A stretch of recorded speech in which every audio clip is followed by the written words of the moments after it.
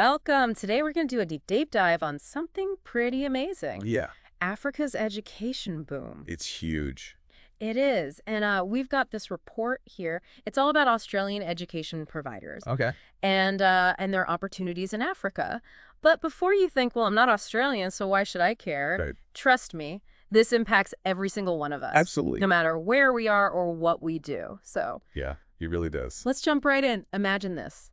By 2050, Right. 1 in 4 working age people Wow. globally Okay. will be African. Yeah, that's mind-blowing. I know, right? It's a total game changer. It is. It really is. What does that even mean for the world economy? Right. Like job markets. Yeah. Innovation. All of it. It's crazy to think about. It is. Yeah, and it Oh, really brilliant. it impacts your future, Yes. even if you're not in Africa. Exactly. This is a global shift. It is. So it's not just about the sheer numbers. No, not at all. Right. It's about the aspirations of like a whole generation. It is. It's this incredible It's huge. surge in aspiration that we're seeing. Yeah. Think about this.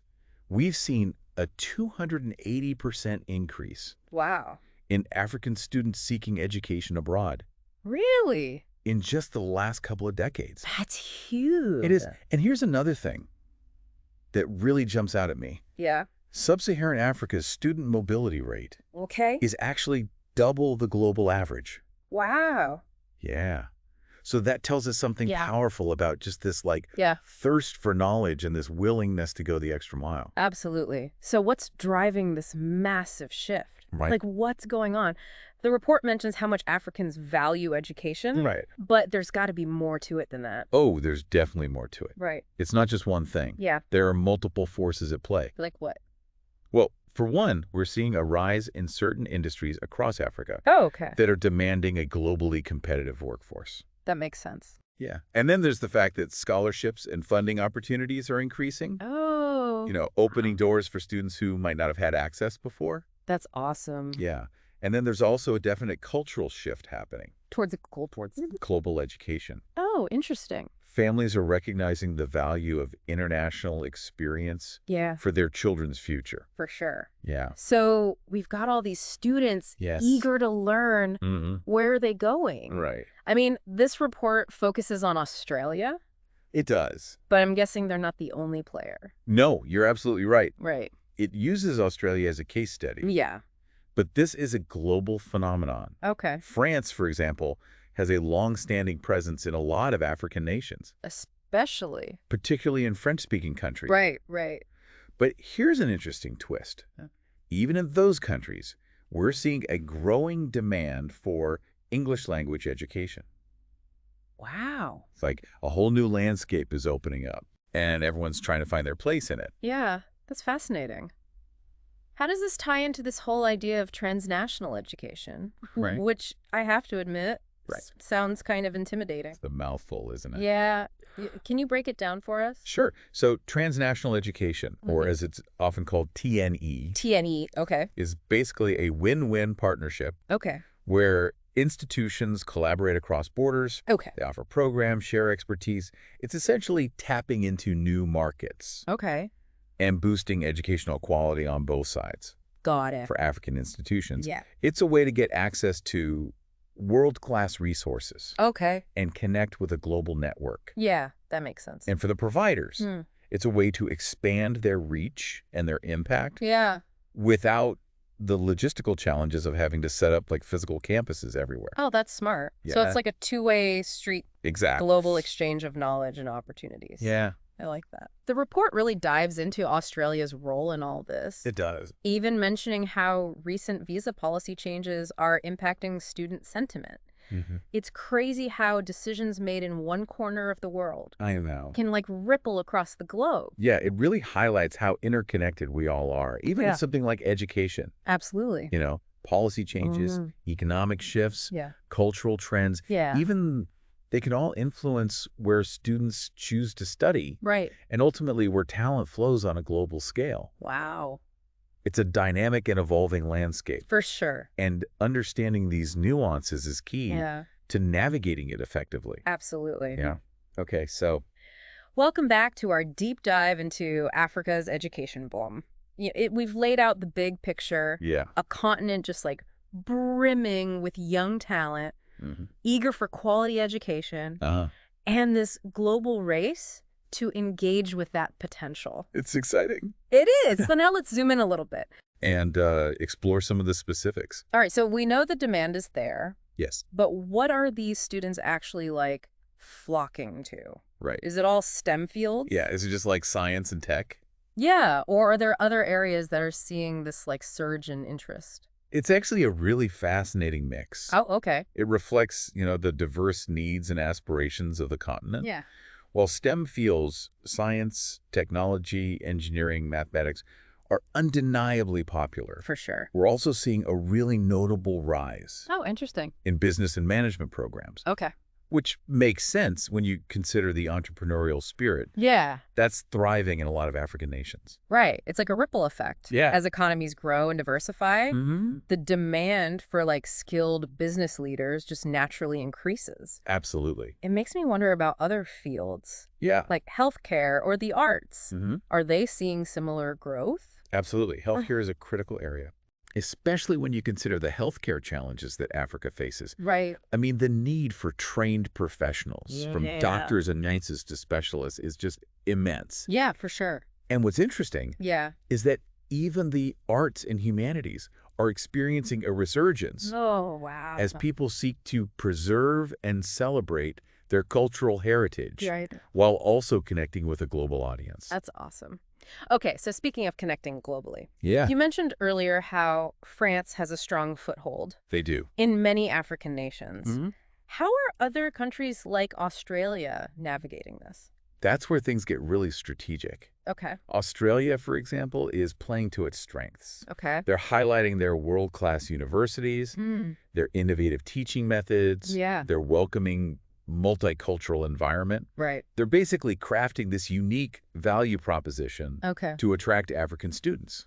So each country is kind of bringing their own like unique flavor to the table. They are. Right. It's like a buffet. Yeah. And trying to appeal to specific needs and preferences. Absolutely. But it's not just about showcasing your strengths, right? Yeah. You also mentioned how policy decisions like visa changes can have a significant impact. They can. Yeah. You hit the nail on the head. Okay, good. So it's about the entire package. It is. The ease of getting a visa, Uh-huh. the cost of living, Yeah. the overall student experience. It all matters. Students have options these days. They do. Right? And they're doing their research, Yeah. weighing the pros and cons Yeah. of each destination. It sounds like navigating this landscape requires a really deep understanding of the nuances, both like on the ground and from a policy perspective. Yeah. So for someone listening who might be interested in investing Right. in education in Africa, Uh-huh. what would you say are the most important things to consider? Well, I think thorough research is absolutely crucial. Yeah, it's not a one-size-fits-all situation. Gotcha. You really need to understand the specific needs and priorities of the region that you're targeting. Oh. Partnering with local institutions and experts Okay. who can provide, valuable insights is also essential. Right. And of course, being mindful of the political and economic landscape is key because that can significantly impact the success of any endeavor. Yeah, it's like any investment, Like right? in You need everything, to right. do your due diligence, understand the risks, Yeah. and be prepared for the long haul. Absolutely. But the potential rewards seem enormous, They do. not just financially, but also in terms of like contributing to the development of a continent with so much potential. Precisely. I mean, investing in Africa's education sector isn't just about financial returns. Yeah. It's about fostering innovation, empowering future leaders, Yeah. building a more equitable and prosperous world. It's about recognizing the talent and potential that exists. Right. And providing the tools and opportunities to help it flourish. Okay, so we've talked about the demand, the competition, Yeah. the factors to consider for potential investors. Uh-huh. But what about the African institutions themselves? Right. How are they adapting to this influx That's a great question. of interest and investment? And it brings us to the heart of the matter. Okay. African institutions are going through a period of significant transformation. Really? Yeah, they're strengthening their curricula. Okay. They're forging international partnerships. They're embracing new technologies to enhance the learning experience. So it sounds like they're not just passive recipients No, not at all. of aid or investment. Mm, They're like active players so they are. shaping their own educational destinies. They're taking ownership Yeah. and driving the change that they want to see. That's awesome. It is. There's a real sense of agency Yeah. and innovation happening. I love that. They're not simply replicating Western models. Yeah. They're adapting and innovating Right? to create educational systems that are relevant Yeah. to their own unique contexts and challenges. All right. And this is where I think this concept of transnational education Mm-hmm. really shines. Yeah, absolutely. Can you remind us how that works Sure. and why it's so beneficial in this context? Yeah. So transnational education, TNE, Could be any. it's all about collaboration Okay. and knowledge transfer. Okay. It allows institutions in different countries Uh-huh. to partner and offer like joint programs, Mhm. share expertise, Yeah. create this more globally connected learning environment Yeah. for African institutions. Yeah. It's a way to tap into international best practices, Okay. enhance their reputation, Mhm. and attract top talent. For sure.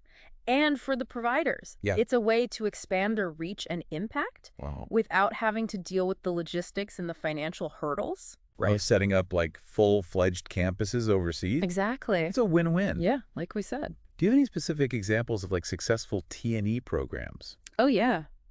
I'm curious to see how this plays out. There are numerous inspiring examples. Oh, cool. You see partnerships between universities in the UK and Kenya Okay. offering these cutting-edge engineering programs. Wow. There are collaborations between Australian institutions and South African universities, Oh, cool. focusing on business management tailored specifically Wow. to the needs of the African market. That's awesome. And we're even seeing online programs offered by U.S. universities, Really? reaching students across the continent, breaking down geographical barriers. That's incredible. It's Mhm. amazing how technology is playing such a pivotal role, It really is. not just in facilitating these partnerships, Uh-huh. but also in opening up access Yeah. to education in these new and innovative ways, Mhm.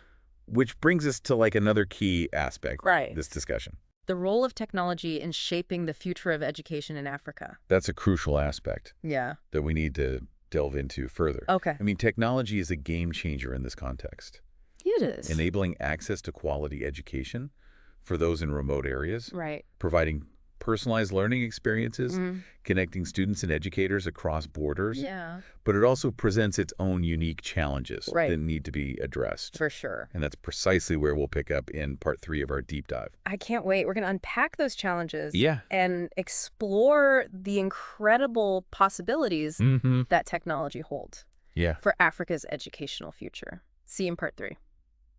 Welcome back for the final part of our deep dive into Africa's education boom. We've covered the incredible demand, the global competition, and the transformative power of transnational education. Now, as promised, let's talk about technology. That giant elephant roaming the classroom, so to speak. I love that analogy. Technology is this powerful force, no doubt. But it brings its own complexities, especially in the African context. So let's get into those complexities. What are some of the biggest challenges when it comes to actually integrating technology into African education systems? Well, infrastructure is a major hurdle. Access to reliable electricity and internet connectivity is still a big issue in many parts of Africa. And without that stable foundation, it's incredibly difficult to implement digital learning platforms or really make use of online resources. It's like trying to build a house on sand. Right. It just won't hold up. And then there's the issue of devices themselves. Not every student has a laptop or a tablet just sitting around. Exactly. The cost of devices, even though it's come down, is still a barrier for many families, particularly in rural areas. And this digital divide, it just ends up widening the gap between those who have access and those who don't. So even if we solve the infrastructure and device issues, there's still the human element. Not everyone is comfortable using computers or navigating the online world. Digital literacy is absolutely crucial, both for students and teachers. Without those skills, technology becomes a burden instead of a tool for learning. We need to invest in training programs that give everyone the confidence and know-how to thrive in a digital learning environment. It's like giving someone a toolbox full of amazing gadgets, but no instructions on how to use them. Frustrating, right? But amidst all these challenges, technology also has the potential to completely revolutionize education in Africa. Oh, absolutely. Technology can bridge those geographical gaps, connect students with experts from all over the world, personalize learning experiences, and unlock vast libraries of knowledge. It can empower teachers with new tools and resources, making their jobs more effective and engaging. Do you have any examples of how technology is already making a difference in African education? I'm always inspired by those stories of innovation and resilience.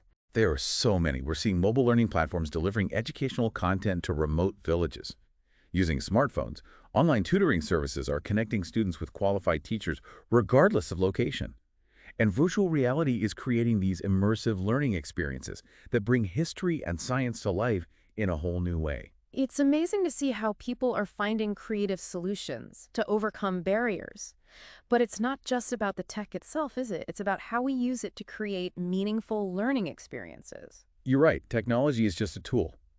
The real magic happens when you combine it with thoughtful teaching methods, engaging content, and a deep understanding of what students actually need. It's not about simply transferring old ways of teaching onto a screen.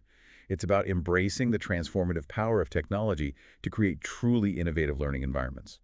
So as we look ahead, what does the future hold for African education? What are some of the trends we should keep an eye on? Well, we'll likely see a rise in blended learning models, combining online and offline experiences. Artificial intelligence will play a bigger role in personalizing learning pathways and providing tailored support. And there will be a growing emphasis on those 21st century skills: critical thinking, creativity, collaboration, the skills that are essential for success in a rapidly changing world. As we wrap up this deep dive, what's the main takeaway you'd want our listeners to remember? The future of Africa is deeply intertwined with the future of its education. Investing in education, embracing innovation, and ensuring equitable access to technology. These aren't just nice ideas. They're strategic necessities for a thriving and prosperous continent. Beautifully put. This has been such an eye-opening journey into a topic that's both complex and deeply inspiring. Africa's education boom is a story that's still being written, and we're all invited to be a part of it in some way. Absolutely. It's a story of challenges overcome, opportunities seized, and a collective will to create a brighter future for generations to come. And on that note, we'll leave you with this final thought. The future of education isn't just about Africa. It's about all of us. It's a global conversation. And the more we learn, explore, and engage with this vital topic, the better equipped we'll be to shape the world we want to see. Thanks for joining us on this deep dive.